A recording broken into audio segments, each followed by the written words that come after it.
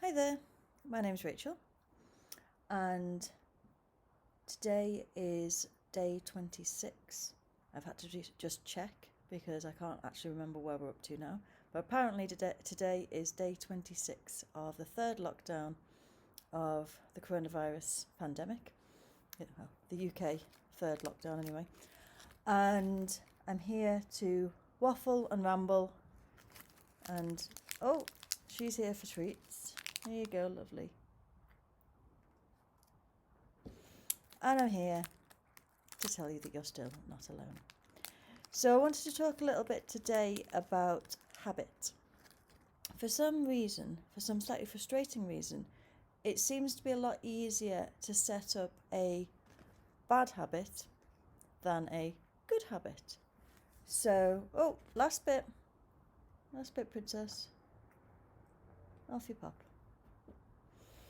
So, yeah, when it comes to, I don't know, our eating habits, our drinking habits, our smoking habits,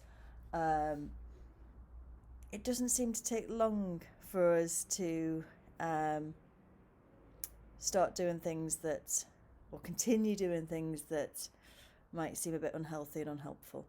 And yet, when it comes to the so-called good habits, they seem to take that little bit longer and seem to be that little bit easier to then forget about. Oh, she's coming back. There's no more left. No more. All gone. All gone. No, don't. You're a pest. You're a pest, aren't you? Hey? I'm trying to make a video. What's your bad habit? Is it getting in the way when Mummy's doing videos? Is that your bad habit?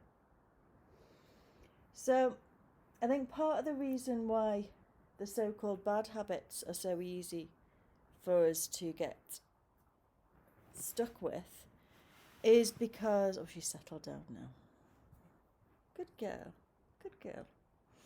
Is because we get a hit of dopamine every time we do something that is related to this habit. So when we have a cigarette, when we have a drink, when we place a bet if we've got a gambling addiction, those kinds of behaviours trigger this dopamine hit. And those things that we want to have as a habit but are not quite embedded in the same way often don't quite give us that dopamine in the same way, I don't think. I'm not speaking from any scientific knowledge here, but I suspect that's what's going on. And the reason why I'm thinking about this is I talk quite a lot about gratitude and the importance of gratitude. And yet, in the last couple of weeks, my gratitude practice has just kind of dwindled away. And I've sort of been aware of that, but not done much about it. It was only when I picked up my gratitude journal the other day and realised it had been 3 weeks since I'd written in it that I thought, ooh, that's a bit interesting.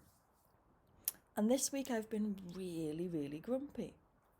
And so my question I started to think to myself is, am I grumpy because I'm not practicing gratitude, or am I not practicing gratitude because I'm grumpy? What comes first? And so then how do we get back into doing the things that we know make us feel good, but we have to motivate ourselves to do them? I wonder whether there's also an element of the active versus the passive. For some reason it's so much easier for me to find 3 hours to watch Doctor Who than it is to find 15 minutes to practice my saxophone. And yet at the end of the 3 hours of watching Doctor Who, I might feel alright, but I don't feel great. I feel tired and I've got a theme tune stuck in my head. Whereas after playing my saxophone, I feel focused. I feel like hopefully I've achieved something, particularly if I've kind of nailed a piece that I've been working on. And yet I don't do it. So how do I How do I do this? So what I'd like to do for our little meditation for today's video is I'm going to invite you to get yourself grounded, as always, and then bring to mind the thing that you want to do and visualize yourself doing it. Visualize yourself after you've done it, and particularly visualize yourself doing it in, maybe there's a particular memory of having done it and really enjoyed it. So like pick out the best memory of doing this thing, the best memory of having just done this thing, and see if you can really relive that experience and give yourself that motivation. So that's what we're going to do. So settling into your posture for meditation, lightly closing your eyes if that's comfortable for you.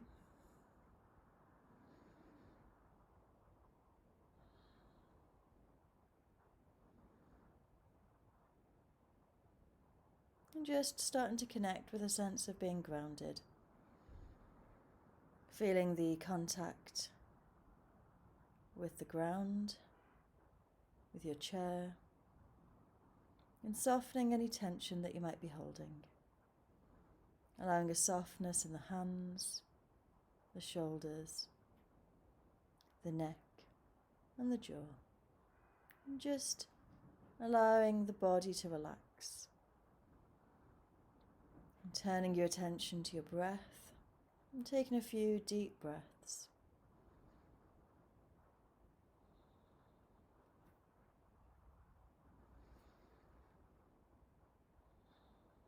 And particularly noticing the breath lower in the body, so we can have a sense of being grounded through the breath. And then when you're ready, bringing to mind the thing that you want to motivate yourself to do, the habit that you want to create. And seeing if you can recall a time when you've done that thing and felt really good. So you might visualize yourself doing that activity. Maybe it's yoga, maybe it's going for a run.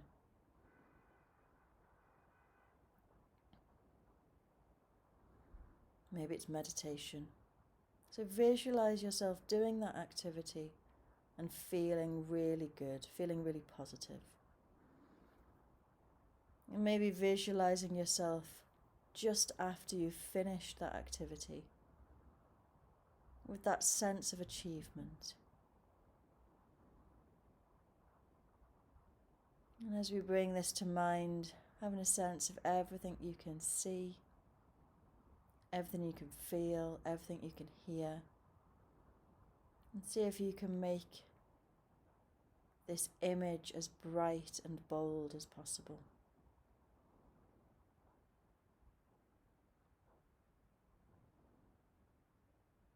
Make the feelings as big as possible. Make the sounds as loud as possible. So there's this full sensory experience.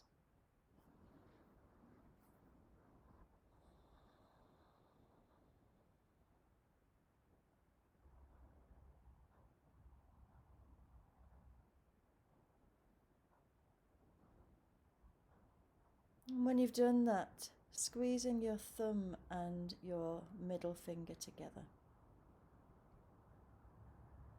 So you're recalling this sense of motivation and you're squeezing your thumb and middle finger together.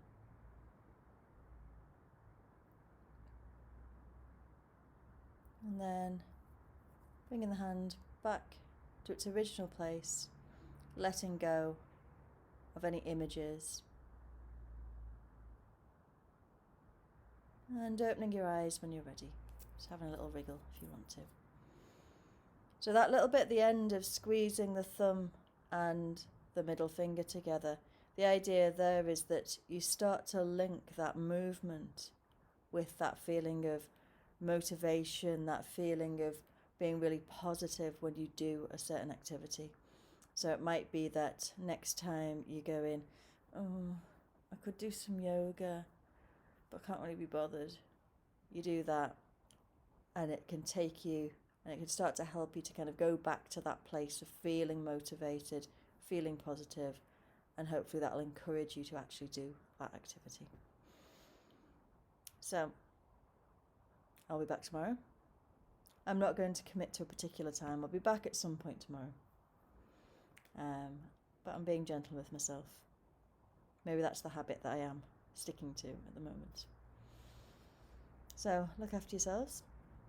And remember, you're still not alone. Bye.